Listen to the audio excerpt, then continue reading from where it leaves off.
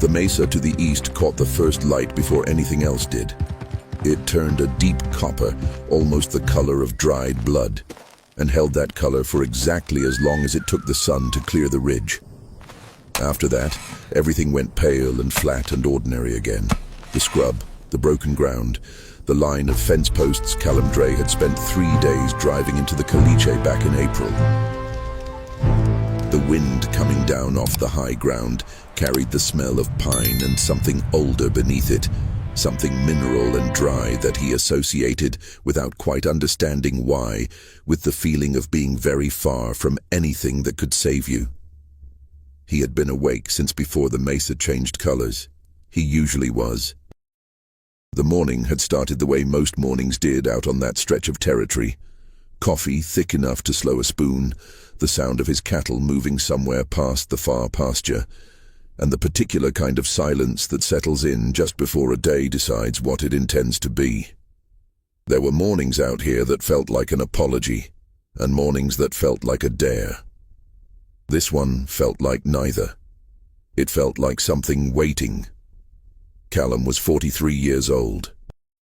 He had learned that silence in this territory was rarely what it appeared to be. It was never the absence of sound. It was always the presence of something that had not yet announced itself. He was checking the south fence line when he saw the shape in the brush. At first he thought it was a coyote.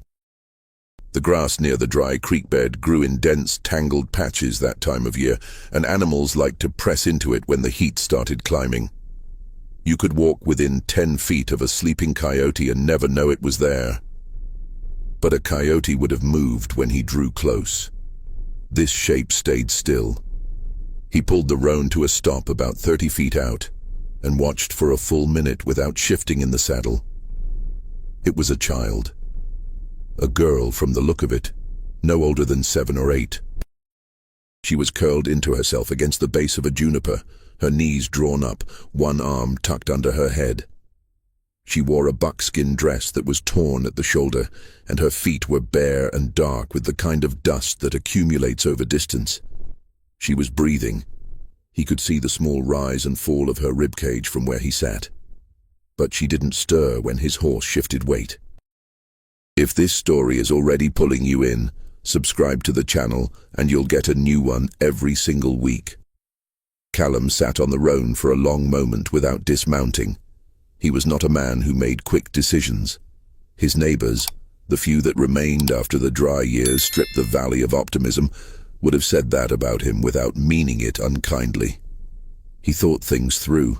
He turned them over in his mind the way a man turns a stone in his hand, checking for what's underneath. He was the kind of man who, when his wife Nora was still alive, used to sit at the kitchen table for an hour after supper just thinking, not reading, not talking, not doing anything that looked like work, just sitting there with his hands around his cup while the lamp burned low. She used to say it was either his best or worst quality, depending on the day, and depending on what it was he was thinking so hard about. The girl was Apache. He could see that from the dress, from the particular geometry of the beadwork at the hem, from the way her hair was arranged. He had lived on this land for 11 years, and he had seen enough Apache people in those years at the trading post in autumn, passing through the valley in the dry months, camped along the river in seasons when the fish ran heavy and the canyon walls echoed with the sound of fires, to recognize the work of their hands when he saw it. The nearest encampment he knew of was roughly 8 miles north and west, up into the rocky ground where the hills began piling on top of each other, and the trails disappeared unless you had walked them before. He had not walked them before. He dismounted and tied the roan to a low branch. He walked toward the girl slowly, making noise with his boots on purpose, scuffing the gravel the way you do when you want something to hear you coming and have time to decide what it wants to do about it. She woke before he reached her, not with a start, but with a kind of immediate, complete alertness, the way a wild thing wakes, all at once, and already reading the situation. Her eyes were dark and steady. She looked at him and did not make a sound. There was a cut along her left forearm, Not deep, but long enough that it had bled through and dried into a brown line against her skin. Her lower lip was split on one side. The dust on her feet was layered the way it layers when someone has walked a long way without stopping, or perhaps several long ways over the course of days. A history of distance written in grime. She was exhausted. Anyone could have seen that. But the way she looked at him, straight on, without flinching, without looking away to calculate an exit, told him something about who she was before whatever had happened to her. He crouched down to her level. He had no Apache worth speaking of, not really. A handful of words the way you pick things up when you live alongside people without ever sitting down to learn properly. The way proximity teaches you sounds before it teaches you meaning. He said the only word he thought might be useful, a soft syllable he'd heard used as a greeting near the trading post, more breath than consonant. The girl's expression didn't change, but she didn't pull away either. She kept her eyes on him and waited to see what he would do next, which was exactly what he was trying to figure out himself. He stood and walked back to the roan. He untied the bedroll from behind the saddle, unrolled it on the ground a few feet from the girl, and set his canteen beside it. Then he went and stood several feet off, turned his back to her, and waited. He heard the soft crack of the canteen cap. He heard her drink, slow at first, then faster, then slowing again with the deliberateness of someone who knows better than to take too much at once. He did not turn around. The ride back to his ranch took 20 minutes. He had her up in front of him on the saddle, which she tolerated without comment, her spine straight, her eyes moving constantly across the terrain in a way that was not fear. It was something closer to cataloging. She looked at each feature of the landscape the way a surveyor looks at a map, not with wonder, but with recognition and assessment. He noticed she looked back twice at a particular rock formation to the south, a series of stacked formations that cast long shadows in the morning light. He filed that away without knowing why. He settled her in the barn while he figured out what to do. Not because he thought the house was wrong. It wasn't, and he'd be the first to say so. But because the barn was quieter and held no particular shape of grief the way the house did. Every room in that house had a memory of Nora in it. A specific version of her doing a specific thing in that specific light. And Callum had learned in the years since she died that grief has its own geography, its own rooms and corners. And sometimes it helps everyone to just find a neutral space. He gave the girl jerky and a piece of cornbread and a wool blanket that he'd patched himself the previous winter, and she ate quickly and without ceremony, the way someone eats when they've learned that the opportunity might not last. He stood in the barn doorway and looked out at his land for a long time. His cattle were visible now, dark shapes drifting slowly toward the water trough. The fence he'd been checking when he found her still needed 2 more posts on the south run. The morning was burning off, and the light was settling into the flat, punishing brightness of midday. He thought about sending word to the army post to the southeast, which was what most men in his position would have done. Would have said it was the sensible thing, the lawful thing, the thing that kept you out of trouble with the wrong people. He entertained that thought for maybe 10 seconds, the way you entertain a thought you've already dismissed. He went inside and packed what he needed for a full day's ride. Before dawn the next morning, he was up and moving through the dark of the barn. He left a note for his hired hand, a young man named Beto Villarreal, who came 3 days a week from the settlement to the south. The note said he'd be gone most of the day, that the south fence still needed 2 posts, and that there was salt pork in the kitchen. He did not explain where he was going. The girl was already awake. She had refolded the wool blanket and placed it on the top of a hay bale with a precision that seemed intentional rather than habitual. The way you leave a borrowed thing in better condition than you found it, because you understand the difference between having nothing and having something, and you don't take either for granted. She stood near the horse stall with her arms loose at her sides. She looked at him, and then at the barn door, and he nodded once. They rode out into the grey hour before sunrise, heading north and west into the hills. The air had that particular cold of the hours before light, not the cold of winter, but the cold of things that have not been warmed yet. All the surfaces and stones and morning grasses holding the night's temperature like they're reluctant to let it go. Callum set a steady pace and didn't push the roan. He was a horse that knew his limits and respected them, and Callum had always appreciated that in a horse more than speed. The girl sat in front of him again, and once or twice during the long ride up into the rocks, he felt her shift her weight slightly, leaning just a degree or two to the left or right, and he learned to read those small adjustments the way a riverman reads a current. Not explicitly, not with analysis, but with the body. The terrain changed as they climbed. The flat grazing land gave way to loose rock and cedar. The cedar gave way to pinon and scrub oak, and the trail narrowed until it wasn't really a trail anymore, but just the path of least resistance between things. The hills here had a particular quality in the early light, all angles and shadow, nothing soft about them. The kind of landscape that communicates without words that you are in something's territory now and it is not yours. Callum had been up into these hills exactly twice before, both times years ago, both times briefly, and with the nervous energy of someone passing through somewhere he hadn't been invited. They found the camp mid-morning, coming over a low ridge where the pinon thinned and the land opened up into a wide, sheltered bowl. It was not what he had imagined. He realized, seeing it, that he'd been imagining something temporary, something that looked like it could be packed up and gone in a morning. What he found instead was a place with the quiet permanence of somewhere people return to season after season, long enough that it has started to look like it belongs to the people as much as the people belong to it. There were perhaps 30 structures visible from where he stopped the roan at the edge of the trees.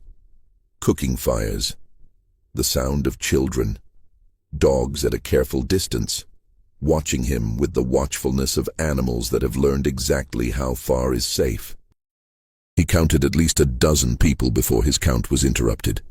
A man came out of the trees to his left. Not from the camp, but from the slope above it and to the side, and he moved with the deliberate, unhurried quality of someone who's been tracking something for a long time and has finally decided that the tracking is over. He was broad through the chest and somewhere past 50 years, with a face that carried its lines in the way that long-distance squinting puts lines on a face. At the corners of the eyes across the forehead, not from softness, but from sustained attention to far things. He wore a red cloth wrapped at his right wrist, and the thing that distinguished him most was not what he wore, but the fact that every other person in the camp had stopped moving the moment he stepped out of the trees. Callum kept his hands where they could be seen and kept the roan very still. The girl looked at the broad-chested man and spoke in a quick, low voice, not frightened, but informing. The man looked at her with an attention that took in everything at once, and something changed in his face. Not relief exactly. The removal of a weight that had been carried for a specific number of hours and was now being set down. He looked back at Callum and held his gaze without expression. The silence stretched. Callum said, "Found her on my land, south of the hills near the dry creek." He pointed in the direction they'd come from, more out of habit than any real belief it would communicate anything. "She was hurt. I brought her back." The man looked at him for a long moment. Then he spoke, not to Callum, but to a younger man who had appeared near the closest fire without Callum having seen him arrive. The younger man moved back into the camp. The broad-chested man looked at the girl one more time, and then he looked at Callum and made a gesture with his right hand, palm out, fingers down, that needed no translation. Callum dismounted. What followed was not anything he had imagined on the long ride north. He had considered two broad possibilities. that he would be turned away quickly and ride home with the satisfaction of having tried, or that he would be acknowledged briefly and sent home with something he could file away as having done right. He had not imagined sitting at a fire for 3 hours. He had not imagined the older woman who appeared with a shallow clay bowl of stew, dense with dried meat, better than it looked. He had not imagined the children who materialized in ones and twos at the edge of his vision, studying him with the frank curiosity of children who haven't yet learned that curiosity about strangers should be concealed. The broad-chested man, whose name Callum would eventually understand to be Deshna, sat across the fire from him and said very little during the first hour. A younger man named Thomas, who spoke some English in the deliberate way of someone who learned it from close observation rather than instruction, translated occasionally and selectively. Mostly what was being communicated was not carried by words at all. It was communicated through the act of remaining, of sitting at a fire across from someone and not leaving. Deshna watched him the way men in that territory watched things they hadn't yet categorized, not with suspicion exactly, but with the careful attention of someone who has been given bad information before and knows the cost of it. There was no hostility in it. There was also no warmth. It was honest assessment, which is rarer than either. The girl reappeared near midday, cleaner, her arm dressed with something that smelled of pine resin. She stood near Deshna and looked at Callum, and then past him to the south, toward the mesa visible above the ridge. She said something to Deshna. Thomas listened and then turned to Callum. She says you knew to be quiet when she looked at the stones, on the ride. Callum considered that. He said, didn't have much to say. Thomas put this to Deshna. The older man's expression shifted in a way that might have been the earliest possible stage of something like amusement.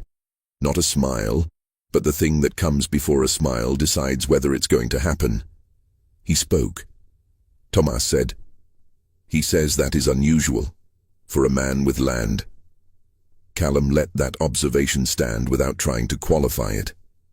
It was mid-afternoon when Deshna rose and beckoned him away from the fire. Thomas fell in beside them as they walked up through the camp and past it, following a trail that Callum could not have found on his own, through the pines and along a ridgeline that looked south and west over a broad expanse of lower ground. The view from up there had the quality of things seen from height. It reduced everything, made the distances between objects comprehensible in a way they weren't when you were moving through them. Callum could see the approximate shape of his own land. The long rectangular pasture, the pale thread of the dry creek bed, the small pale square of the house. It looked smaller from here than it felt when you were standing inside it, more contingent. Deshna pointed. He indicated something in the rock face nearby. A line, a seam, a place where the stone showed a different color than the stone around it. He spoke for longer than he had spoken at the fire. Thomas listened carefully and then said, he says there is water here, below this ground.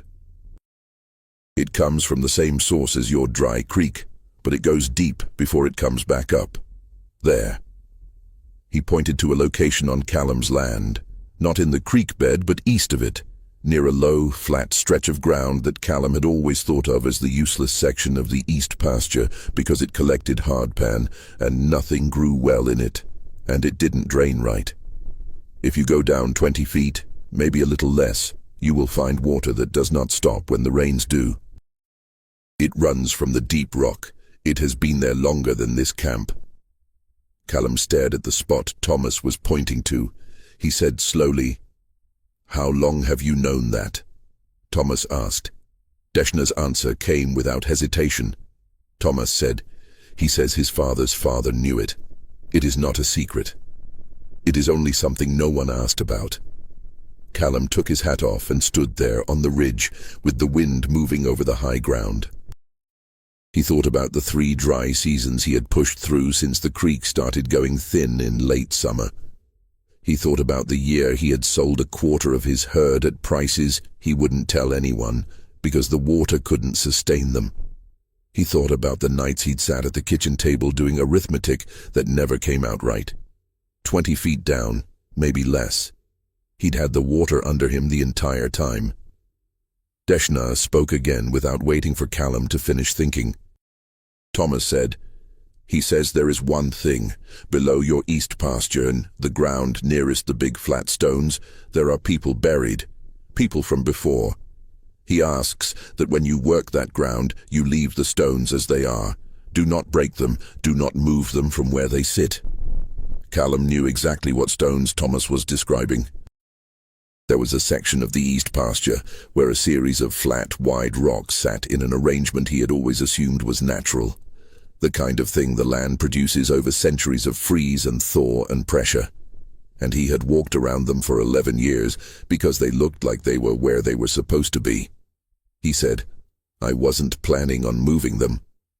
Deshna held his eye when Thomas relayed this. A long moment passed on that ridge with the wind and the distance and the small pale square of Callum's house visible below.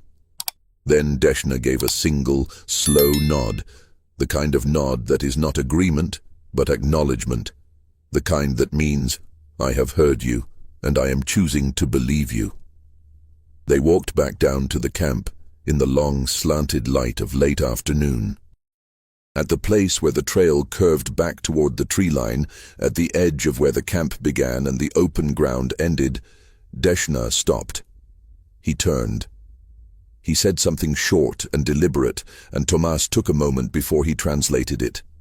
He seemed to be finding the right English, the way you search for a shape that fits. Finally he said, "He says, you walked 8 miles to bring back something that cost you nothing to keep. He will remember that." Callum put his hat back on. He said, "I'd have done the same for anyone's child." Tomas translated it. Deshna looked at him for a moment, and then looked away toward the valley and then back. He said 2 words. Tomas said, "He knows." The ride back down was quieter than the ride up. The roan picked its careful way through the evening rocks, and Callum let him set his own pace because the horse had earned it. The sun was getting low, and the light had turned the specific golden orange of late afternoon in that territory, the light that makes even poor land look like it might be worth something. The shadows of the cedar trees stretched long and thin across the ground. Callum rode with his reins loose and thought about a spot 20 feet east of the dry creek bed and what it might mean for the next summer and the summer after that. He started digging 3 days later. He brought Beto in on it without explaining where the idea had come from, just told him they were sinking a test well in a location he'd been thinking about. Beto looked at the chosen spot with the measured skepticism of a young man who has spent a fair amount of his life digging holes in dry ground at someone else's direction. He didn't argue. He just picked up a shovel and started. At 19 feet, on a Thursday afternoon with the sun already angling toward the hills, the soil changed character. It went from dry caliche and rock to something darker, something that held the shovel differently, something with moisture in it. At 21 feet they hit water, cold, clear water that came up steady out of the rock and didn't slow down. Beto stood at the top of the shaft and looked down at it for a long time without speaking. Then he crossed himself, which was the most honest response Callum could think of. Callum looked at the dark, wet walls of the shaft and thought about a man he had sat across a fire from for 3 hours without sharing a common language, and how that man had known this was here the whole time, known it since his father's time, and had not thought of it as something worth withholding. The well changed things. Not dramatically, not all at once, never the way stories sometimes tell change, a door swinging open into bright light. It changed things the way water changes dry places, gradually, one season at a time. The following summer, when the creek went thin in July the way it always did, Callum's cattle had what they needed. The year after that, he was able to bring back some of the herd he'd sold at poor prices. The east pasture, the section with the flat stones, he fenced around rather than through. The stone sat undisturbed through every season after that. Grass grew between them, and in wet springs wildflowers appeared along their edges, and Callum stopped noticing them the way you stop noticing something that has always been exactly where it belongs. He saw Deshna once more, and only once. It was 2 winters later, at the trading post near the edge of the settlement, in a grey November with the sky the colour of old iron and the ground frozen hard enough to ring underfoot. Deshna was there with 2 younger men, loading supplies into a wagon with the efficient, unhurried movement of people who do not waste effort. He noticed Callum across the yard. They looked at each other across the width of the frozen ground between them. Callum raised his right hand once, slowly. Deshna watched him for a moment. Not a long moment, not an uncertain one, and then lifted his own hand in return, a single measured raise, and turned back to his work. No one at the trading post that day knew who those 2 men were to each other. No one asked. It looked like 2 men acknowledging each other across a yard, which was exactly what it was, and also something more, in the way that the most significant things are almost always the smallest things when viewed from the outside. The well ran clean and cold for as long as Callum worked that land. He added fencing, added cattle, survived 2 more dry seasons that finished off ranches on either side of his. In later years, when neighbors or strangers asked how he had managed to last through the years that had beaten so many others, he always gave the same answer. He said he'd had help from neighbors he hadn't expected, and he left it at that. Nobody who heard it ever pushed for more than that.